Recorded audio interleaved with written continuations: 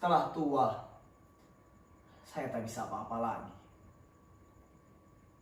Duduk tercenung menatap bulan dari kejauhan. Menghisap tembakau, lalu membuka jendela di setiap pagi dan tiba senja. Lalu saya hirup udaranya. Itulah saya.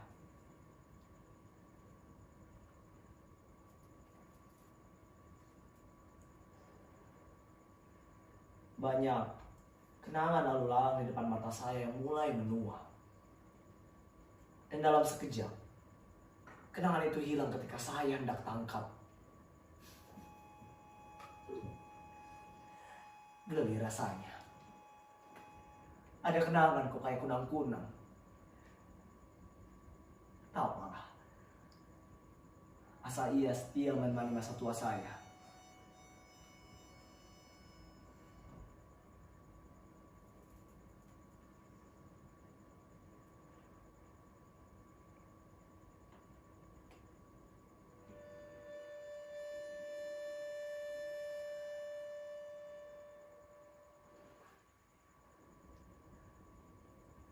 Ayo berterbanganlah.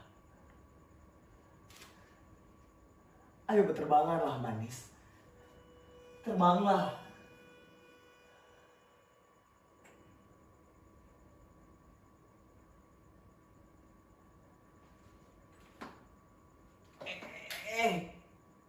Awas jatuh. Nah, seperti itu. Ayo terbang lagi. Ayo coba terbang lagi. Terbang lebih tinggi lagi. Sana, ke awal-awang. Kalian lihat di atas kepala si tua ini. Seperti kupu-kupu, bukan?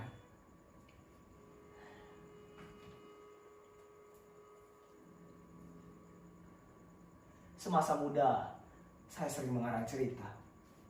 Bahkan keseringan. Sama seperti Anda. Kadang nakal, bisa kelewat nakal.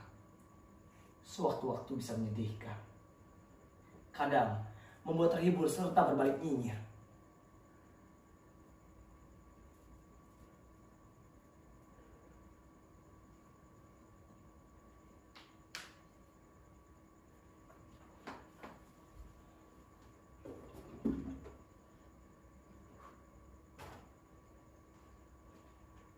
Saya jadi teringat Pak Sodikin. Ia yang mengajari saya menulis di sekolah. Berdosa saya kiranya. Tolong. Saya akui perbuatan itu konyol dan kekanak-kanakan. Saat itu, saya disuruh mengarang cerita. Lantas, saya ceritakan saja tentang seorang guru yang kacamatanya pecah. Yang tiap kali masuk kelas, pasti saja kejedot sana, kejedot sini. Guru itu ya beliau, Dr. Andi Sodikin namanya. Itu memang aula saya. Saking dekatnya saya dengan beliau, saya jadi tidak tanggung-tanggung ngerjain Pak Sodikin.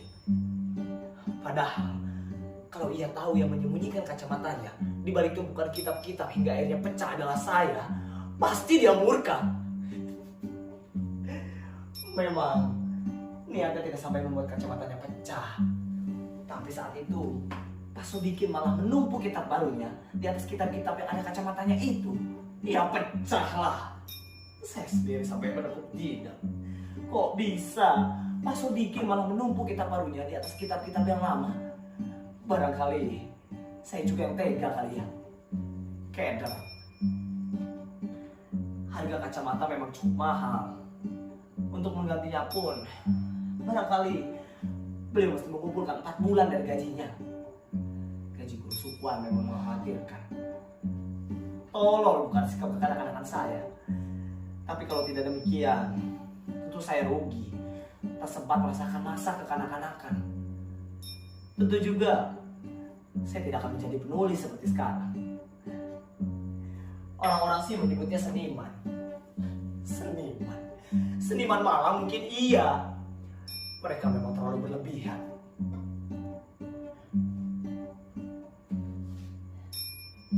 Di saya menulis semuanya. Termasuk pengakuan saya kepada yang terhormat Dr. Andi Sodikin. Sampai ia memiliki lagi kacamata barunya.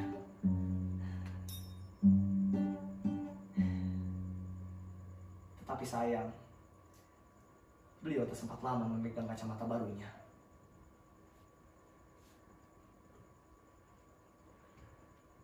Ia pasti menghadap Maha Gusti dalam kecelakaan yang mengenaskan. Ia meninggal di tempat saat akan mengambil SK pengangkatan yang dijanjikan pemerintah saat itu.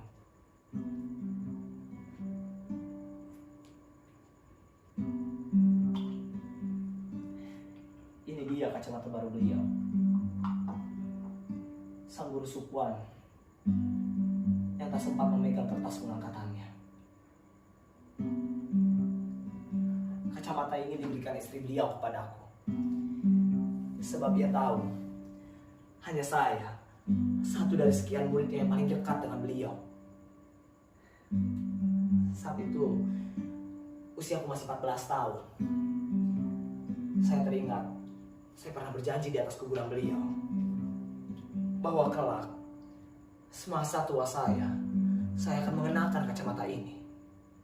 Dan fantastisnya, cita-cita itu tercapai. Kini saya tampil tampan dengan kacamata barunya.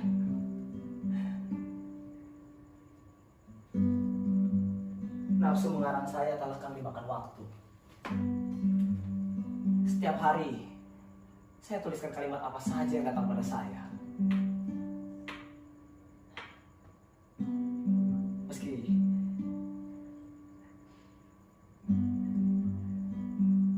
tulisan saya hanya menjadi konsumsi pribadi.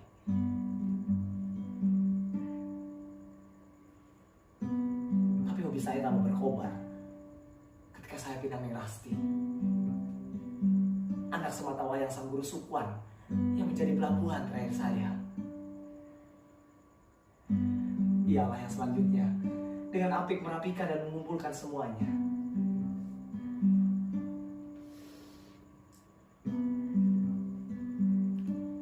Dia juga yang membundel semuanya hingga menjadi buku setebal ini. Senang rasanya. Senang rasanya mengenang kembali kenangan-kenangan yang telah berlalu. Mengenang masa kekanak-kanakan yang mustahil dia datang kembali. Mengenang menjadi sepasang pengantin baru, lalu mendiskusikan nama untuk calon anak kami. Meski pada saat itu perut istri saya masih kosong, tetapi saya senang sekali membicarakan masalah anak.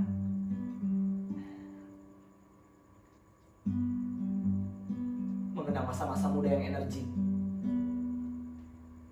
ketika menentang proses asimilasi yang diberikan pemerintah saat itu. Saya sendiri sampai dijebloskan ke penjara dengan tuduhan generasi pemuda pembangkang, anti nasionalis, seorang tapol yang sengaja dipasuk ruang gerak dan hak kerjanya demi stabilitas negara dan keadilan rakyat. Gak ngerti saya. 3 tahun saya mendekam, dipukul kiri kanan, hantam belakang depan, bukan mentah di muka dan di perut bertubi-tubi. Riset duluan sebelum masuk ruang tahanan. Hidup kadang hitam, kadang putih, kadang berbunga-bunga, kadang sangat sulit untuk diterka.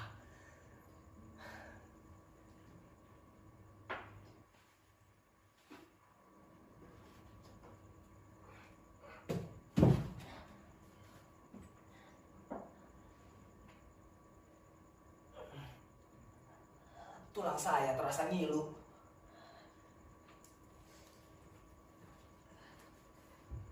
Kedua kaki saya pun terasa beku.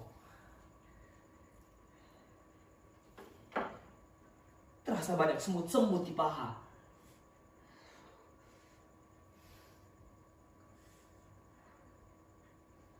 Bagaimana cuaca di luar?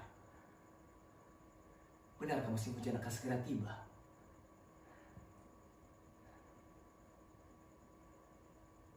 Anda semua menyukai tanaman. Ros, anggrek, teratai. Barangkali kuping gajah. Mereka adalah tanaman yang indah.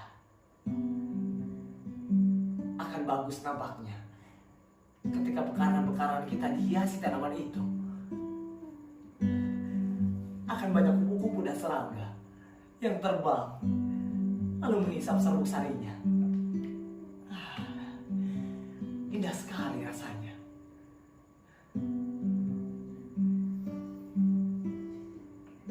Ini saat yang tepat. Anda sudi datang kemari ketika saya telah menyendiri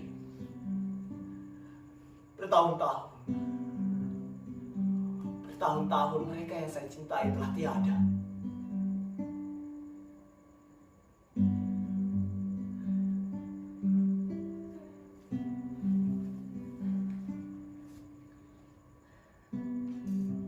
Cantik sekali anak ibu. Siapa namanya? Anak pintar, sama seperti ibunya. Rawatlah dia. Kelak dia akan menjadi perempuan yang soleha.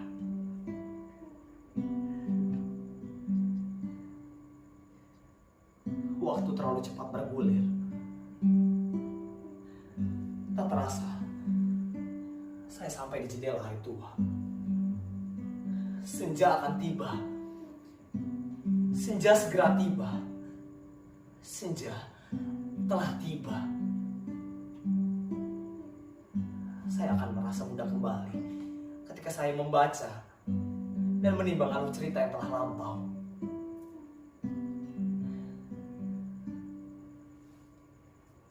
Yang lain pun pasti demikian. Jelas, manusia tak akan bisa hidup tanpa kenangan.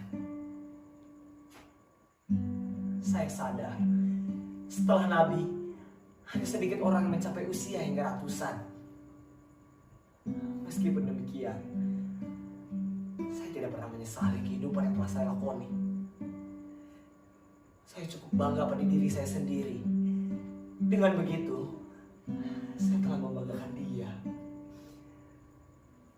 Dia yang telah menciptakan saya, menciptakan kursi, jam, lemari, dan kita.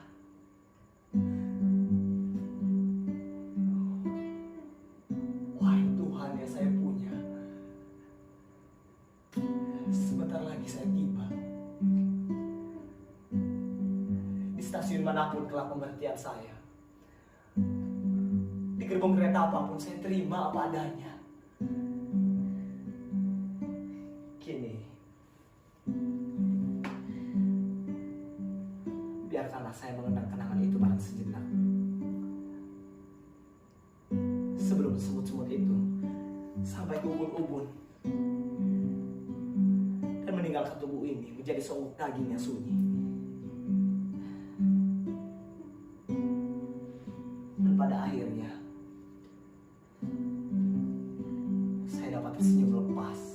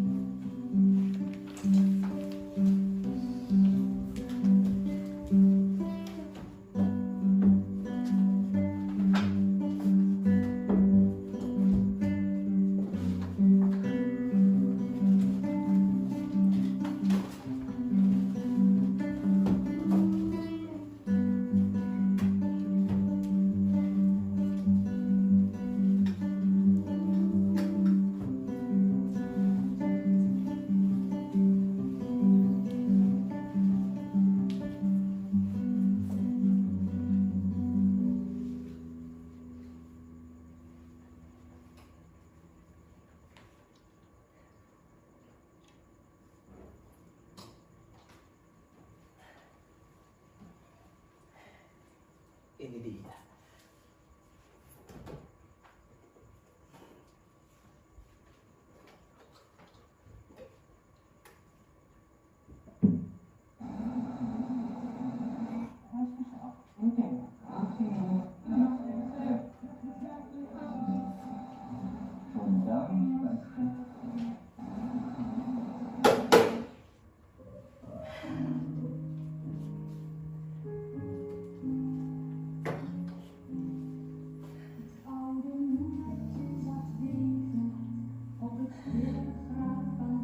Senang rasanya kalau sudah punya istri. Rasanya seperti hidup di zaman paling canggih. Kopi saja tinggal.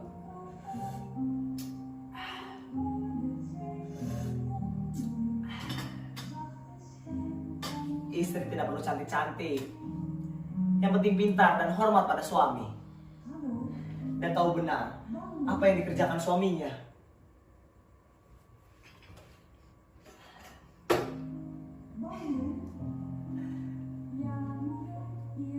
Soal istri, cemburu, ya bolehlah.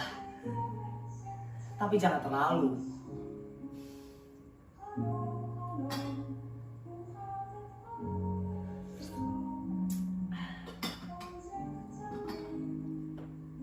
Mana rokok saya?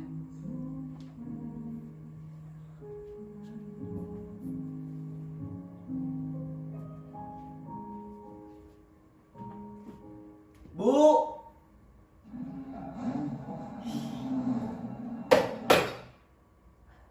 Bu, lihat rokok Bapak.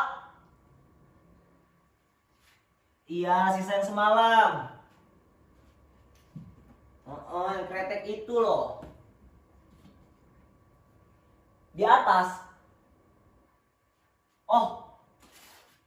Iya, sudah Bu.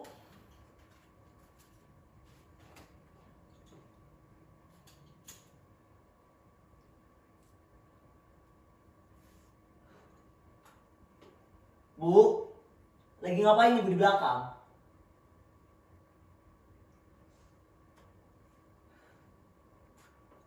Yang kering ya?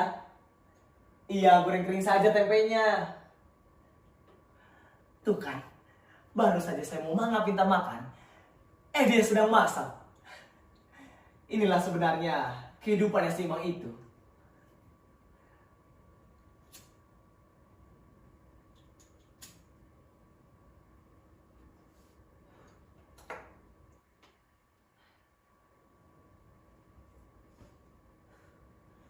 Besok, seluruh pemuda akan dikumpulkan di lapangan Bison.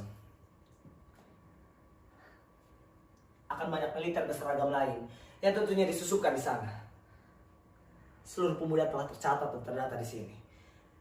Jadi tak akan bisa seenaknya mangkir dari perintah tersebut, termasuk saya dan kawan-kawan lainnya. Tapi untuk kali ini, saya akan benar-benar mangkir. Mencoba melanggar aturan dan bersikap tegas untuk berkata tidak. Jika selamanya kalian dicetak manik, mereka akan semena-mena menyetir kita layaknya domba-domba busung dari pedalaman yang mudah digembalai. Sekali lagi ingat, kita bukan domba itu. Bukan pula generasi rumputan. Malam ini saya akan menulis semuanya.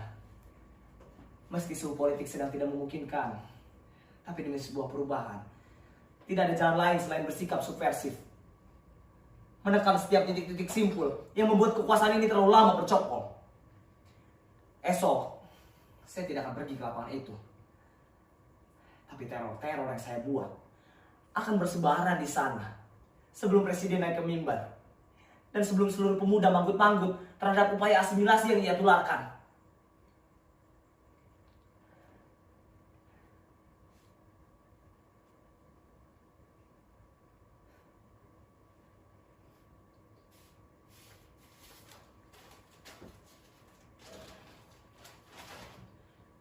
Presiden menyesalkan adanya selebaran-selebaran provokasi yang sengaja tidak ingin melihat keadilan yang menyeluruh. Ia menyebutkan siapa saja yang menjadi aktor di balik semua ini, mereka adalah generasi-generasi pembangkang yang harus diwaspadai. Nah, benar bukan? Mereka akan gerah pada akhirnya.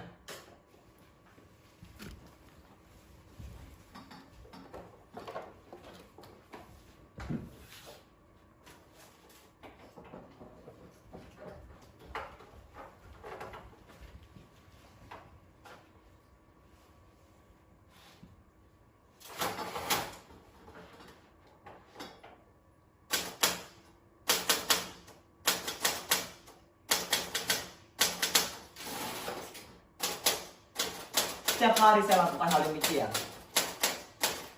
sebagian sipil dan kaum tani mulai merasa tergugah dengan apa yang telah terjadi. Hingga terjadi sebuah aksi yang cukup besar. Militer sampai tidak bisa berkelit sedikit pun. Selain melihat jalan-jalan yang sesak, yang dipenuhi orang-orang yang mulai terbuka matanya.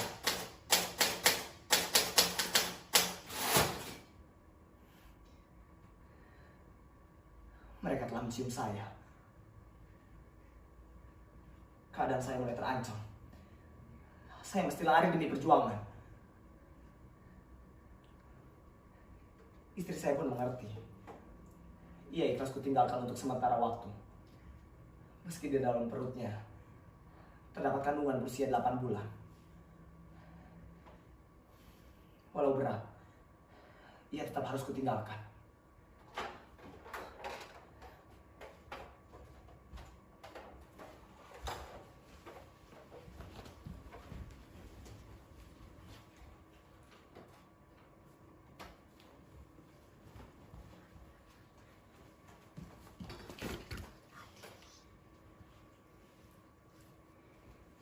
Sebulan saya dalam persembunyian. Sesekali saya kunjungi istri saya dengan menyamar.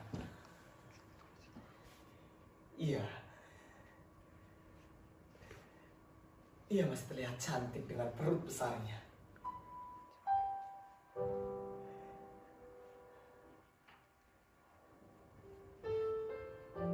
Saya terus yakinkan istri saya. Oh, perjuangan ini kelak juga demi kebaikan calon anakku.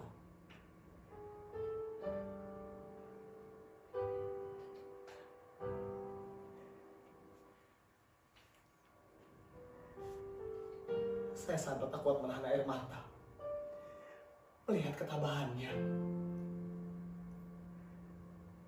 Apalagi ketika ia mencium kening dan tangan saya. Dari sini saya sadar bahwa air mata bukan lambang dari kecengengan dan kekalahan, tapi sebuah ketulusan dan kekuatan dari dalam. Saya tertangkap ketika istri saya hamil tua. Hilang kesempatan saya. Hilang kesempatan saya menemaninya di ruang persalinan. Sebab kekuatan kedua saat persalinan adalah kehadiran sang suami, calon bapak dari anaknya. Tetapi kesempatan itu hilang buat saya. Malahan semalam saya dihadiahi oleh bogem-bogem mentah yang bertubi-tubi. Saya tambah terpuruk. Saya tambah terpuruk ketika kerabat saya menjenguk, lalu memberikan kain sisa persalinan dan lembaran tulisan-tulisan saya yang belum sempat istri saya rapikan. Ia mati setelah berjuang, dan aku mati sebelum berjuang.